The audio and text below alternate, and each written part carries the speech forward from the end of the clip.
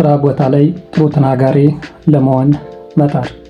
ጥሩ ተናጋሪ መሆን ማለት መሞላቀቅ ማለት አይደለም፣ ወይንም ቃላትን ማሽሞንሞን ማለት አይደለም። የለመድከውን ዘዬ መጠበቅ አስፈላጊ ነው። ችግሩ ይህ አይደለምና። ጥሩ ተናጋሪ መሆን ማለት መረጃ ለመስጠት ወይንም ለመቀበል ግልጽና ውጤታማ መልእክት ማስተላለፍ መቻል ነው። ስለዚህ እንዴት አድርገህ ተናገርክ የሚለው ሳይሆን የምትናገረው ነገር ግልጽ ነው ወይ የሚለው ነው ቁም ነገሩ። በግልጽ መናገር ማለት የሚከተሉትን ማስወገድ እንደማለት ነው።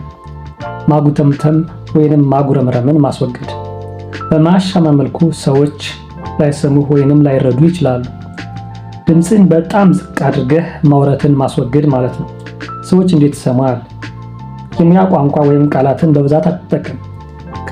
ከስራ ክፍልህ ወይንም ከሙያ ባልደረቦችህ ውጭ ያሉ ሰዎች አይረዱም። ጉብዝናህንም አሳይ። አንድ ማህበራዊ መደብ ወይንም ቡድን ስታወራ በተቻለ መጠን የቅርብ ጊዜውን ወይንም ወቅታዊ ቃላትን መጠቀም መቻል ጥሩ ነው። በመጥፎ ሁኔታ አትናገር። ማለትም የቃላትን ትርጉም ጠንቅቀህ ሳትረዳ ያለ ቦታቸው አታስገባ።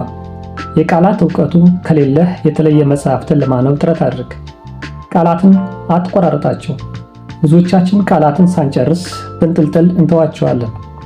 ይህ ደግሞ ለትርጓሜ አሻሚነት ያጋልጠናል። ስለዚህ ማለት የፈለግከውን በግልጽ መናገር ይኖርብሃል። ንግግር ስታደርግ እነዚህ 4 ቃሎችን ግምት ውስጥ አስገብተህ ተናገር። ብሩህ የሆነ ንግግር ማድረግ፣ ግልጽ የሆነ ንግግር ማድረግ፣ ሳቢ ወይም ማራኪ የሆነ ንግግር ማድረግና ቀላል የሆነ ንግግር ማድረግ ላይ ግልጽ ናቸው። ከተጠቀምክ ስህተት ላይ አትወድቅም። ሰዎች ምን እንዳልክ ያስታውሱሃል። በአንተ ግልጽና ብሩህ በሆነ ንግግር ይመሰጣሉ። ምክንያቱም ጥሩ ተናጋሪነት ተጽዕኖ ፈጣሪነት ስለሆነ። ገብተህ ስምህን ለመጥራት የምታጉተመትም ከሆነ በራስ መተማመን እንደሌለህ ብሎም እንዳመመህ ልትቆጠር ትችላለህ።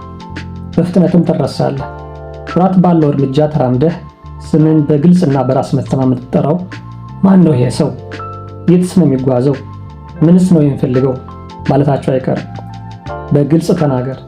ማለት የምትፈልገውን ብቻ በቀጥታ ተናገር። ከዚህ በላይ አታንዛዛ።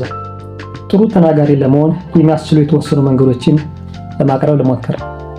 አንደኛ፣ የተናገርክ ራስህን ቅረጽ። የድርጊትህ በንግግር ውስጥ ያሉ ጥራቶችን ለመገንዘብ ያስችላል። መሻሻል ያለበትን ቦታ ትለያለህ።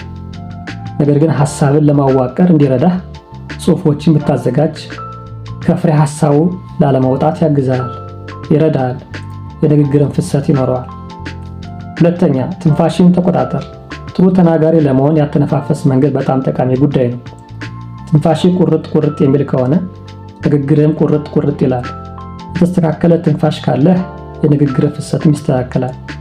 ንግግር እያደረግ በመሃል በአፍህ ትንፋሽ ላለማስገባት መጣር ግድ ይላል። ሶስተኛ፣ ፍጥነትህ መንገዱን ይዞ ይቀጥል።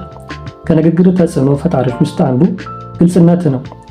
አብዛኞቹ ጥሩ ተናጋሪ ሰዎች የተረጋጋና ወጥነት ያለው ፍጥነት፣ በጣም ያልፈጠነ በጣም ያልዘገየ ያካሂዳሉ።